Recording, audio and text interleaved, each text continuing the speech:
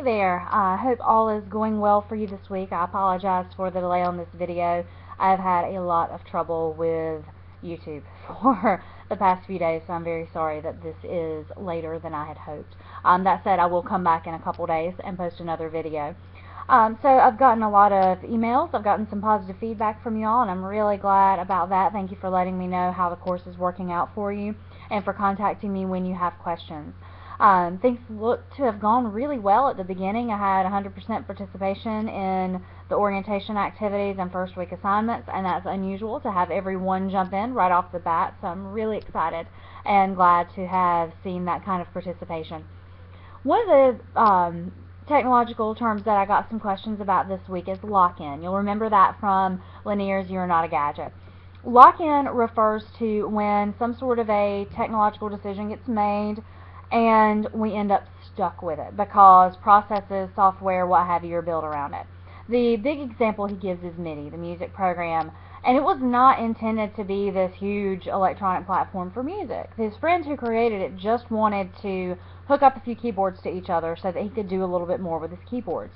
But because people started using it in programs, we ended up stuck with it. So that has become how a lot of electronic music works now. He gives us the example of the subway tunnels, I believe it was in London, that when they were made to fit a certain size of subway car, and then later when we had the ability to go back and add air conditioning to the cars, we couldn't because there wasn't room in the tunnels. And you can't just go quickly enlarge a subway tunnel. That's a lot of work. It would shut down the lines. There were a lot of complications with trying to do that. So the size of the subway car is the size of the subway tunnel. It's locked in based on a decision that was made many, many years ago. Also the idea of the file. We take files for granted. We use them all the time. We don't really question it, but it didn't have to be that way. There could have been some other way to save our information and handle our information, but because that was a decision that was made and everything is built around this concept of the file, we're stuck with it. It's locked in. So there are lots of other examples of technological lock-in, and it's hard sometimes to think about because we take a lot of these things for granted. We take a lot of these attributes of technology for granted and don't consider how it could have been. And it's really hard to sort of reimagine a world where technology is different. But that's one of the things that this course asks us to do. It's one of the things that Lanier asks us to do, and it'll help us make some good decisions about technology moving forward and make us be aware of how we use technology and in some cases how technology uses us.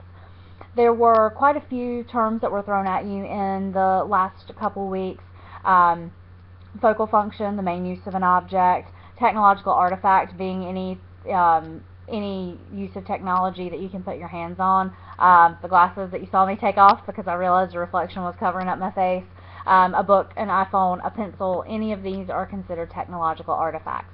There are also the invisible technologies, timekeeping systems, currency systems, financial management systems, those creations of technology that we can't really put our hands on, we can't really see. We can see evidence of them, for instance, a calendar, but we can't see time literally itself. Does that make sense? I hope it makes sense. You can't tell me because this is a video. I'm so used to being in front of a classroom. It's a little bit weird having to talk to you with nobody there to answer.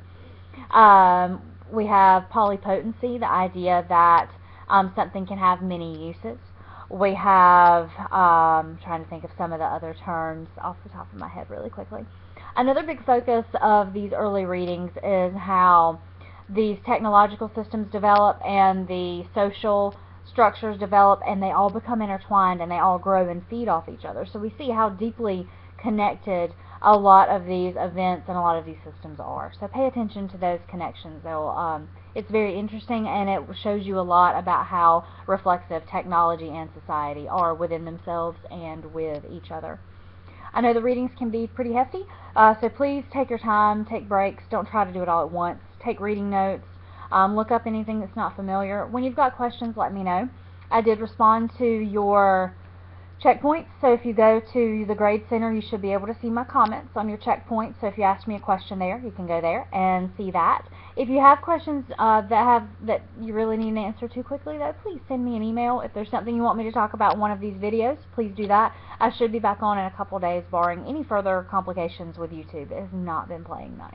So I hope you all are well. Thanks for all your hard work, and keep at it, and I'll see you in just a few more days.